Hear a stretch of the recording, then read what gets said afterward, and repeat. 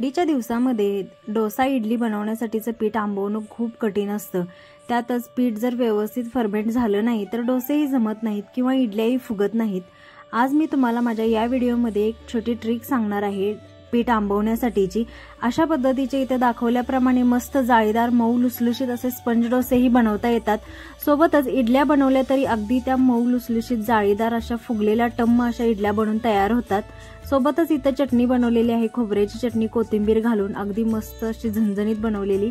आणि इथे डोसे तुम्ही पाहू शकता अशा पद्धतीचे अगदी स्पंजी झालेले आहेत आणि फुगलेला आहे डोसा तुम्ही पाहिलंच आहे, याचा आकार अशा पद्धतीचा झालेला आहे। स्पंज डोसे बनवलेले आहेत।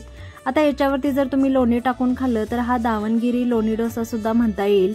जाळीदार अगदी मऊ लुसलुशीत असे हे डोसे बनलेले आहेत। तुम्ही पाहू शकता अशा पद्धतीचे हे डोसे बनलेले आहेत। याच्यामध्ये कोणताही इनो वगैरे वापरलेला नाही किंवा खायचा सोडाही वापरलेला नाही।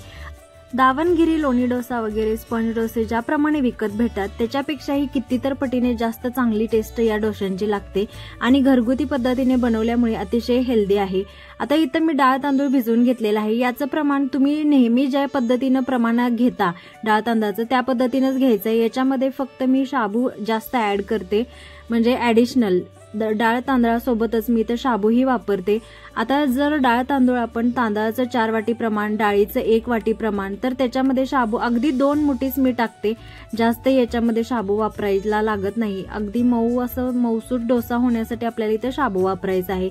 आता इथे मी 4 वाटी घेतलेला आहे तांदूळ, त्याच्यासाठी 1 वाटी उडदाची डाळ आणि 1-2 मुठी मी इथे शाबू घातलेले आहेत। सोबतच 1 चमचा मेथीदाणा वापरलेला आहे आणि इथं मी अर्धा नारळ आहे, ओला नारळ इथं वापरणार आहे याच्यामध्ये पीठ फर्मेंट करण्यासाठी।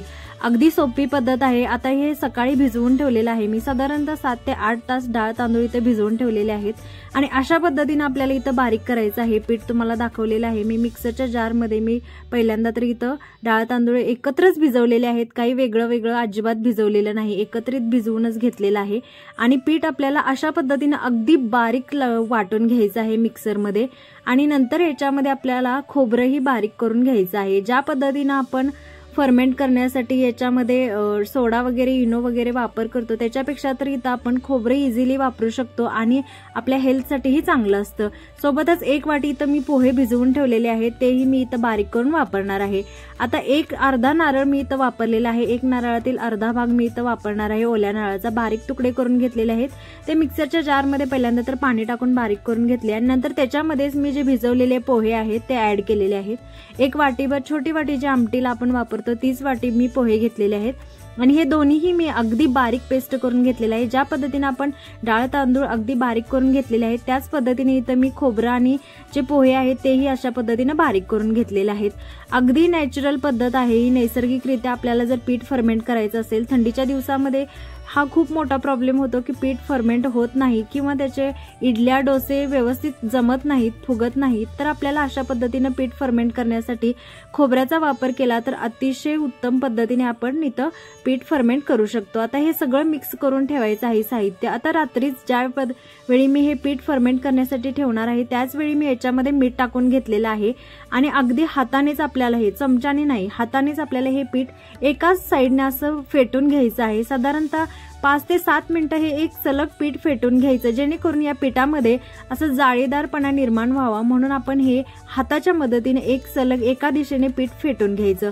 5 ते 7 मिनिटं आपल्याला एक सलग हे पीठ फेटून घ्यायचं आहे। नंतर झाकण ठेवून आपण इथं पीठ रात्रभर फर्मेंट होण्यासाठी ठेवणार आहे। सकाळी उठल्यानंतर इथं मी चेक करून दाखवत आहे तुम्हाला, मस्त परफेक्ट असं हे पीठ फर्मेंट झालेलं आहे। आता चेक करून बघायचं आपण। इथं चमच्याच्या मदतीने मी तुम्हाला दाखवत आहे अशा पद्धतीने पीठ आपलं फर्मेंट झालेलं आहे, म्हणजे आपण याचे स्पंज डोसे बनवणार आहे। तुम्ही इडल्याही बनवू शकता।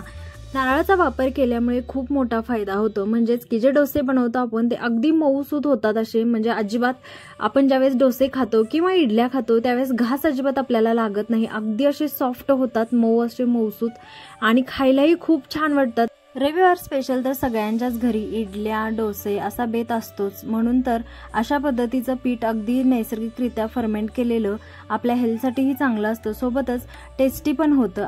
मी स्पंज डोसा बनवणार आहे, त्यामुळे इथं बिडाचा तवा ठेवलेला आहे गरम होण्यासाठी आणि तेल टाकून आपल्याला इथं कांद्याने हा ग्रीस करून घ्यायचा आहे। कांदा वापरल्यामुळे काय होतं, बिडाचा तवा अगदी जसा आपला नॉनस्टिकचा तवा असतो त्या पद्धतीनं हा काम करतो, अजिबात चिटकत नाही। डोसा बनवा, आंबोळी बनवा, तव्याला अजिबात चिटकत नाही। अशा पद्धतीनं तवा गरम झाल्यानंतर याच्यामध्ये गॅसची फ्लेम मी थोडी कमी केली आणि नंतर याच्यावरती जे बॅटर बनवून घेतलेलं आहे आपण ते अशा पद्धतीनं सोडून घेतलेलं आहे। आपल्याला हे डोसे आहेत ते अजिबात पसरवावे लागत नाहीत, अगदी सहजरित्या जेवढं आपण बॅटर ओतलेलं आहे तेवढा आकारामध्ये हा डोसा बनवून तयार होतो। म्हणजे जास्त आपल्याला जर मोठा हवा असेल तर स्पंज डोसा बनवण्यासाठी तुम्ही थोडं जास्त बॅटर ओतू शकता आणि जर आपल्याला क्रिस्पी डोसे बनवायचे असतील तर मग तुम्हाला वाटीच्या मदतीने फिरवावं लागेल पीठ आणि क्रिस्पी डोसे बनवावे लागतील। आणि झाकण ठेवून आपल्याला हे वाफवून घ्यायचं आहे डोसा आणि याच्यावरती मी तेल टाकून घेतलेलं आहे। अशा पद्धतीनं जाळीदार तुम्ही पाहू शकता, अगदी मस्त जाळी सुटलेली आहे डोशांना आणि याचा आकारही तुम्ही पाहू शकता। अशा पद्धतीनं आपण बॅटर ओतलेलं आहे त्याच्या दुप्पट ह्याचा आकार फुलून झालेला आहे। आणि सगळ्यात महत्त्वाची गोष्ट अशी आहे की हे डोसे खाल्ल्यानंतर ॲसिडिटी वगैरे अजिबात त्रास काही होत नाही आणि पीठ जास्त आंबलेल्यासारखंही वाटत नाही। अगदी नैसर्गिकरित्या इथं आपण पीठ फर्मेंट केलेलं आहे, त्यामुळे अशा पद्धतीचे मस्त दुप्पट फुललेले असे डोसे हे स्पंज डोसे बनून तयार होतात। याच्यावरती जर तुम्ही कांदा, टोमॅटो, कोथिंबीर, मिरची टाकून घेतली तर याचे उत्तापेही खूप सुंदर लागतात आणि एकच बॅटर तुम्ही किती पद्धतीने म्हणजे पदार्थ बनवू शकता। याच बॅटरचे तुम्ही इडल्या बनवू शकता, स्पंज डोसे बनवू शकता, क्रिस्पी डोसा बनवू शकता, उत्तप्पा बनवू शकता सेम पद्धतीनं।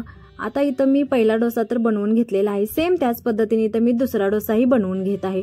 बिडाच्या तव्यावरती बनवल्यामुळे खूप टेस्ट छान लागते पदार्थाची।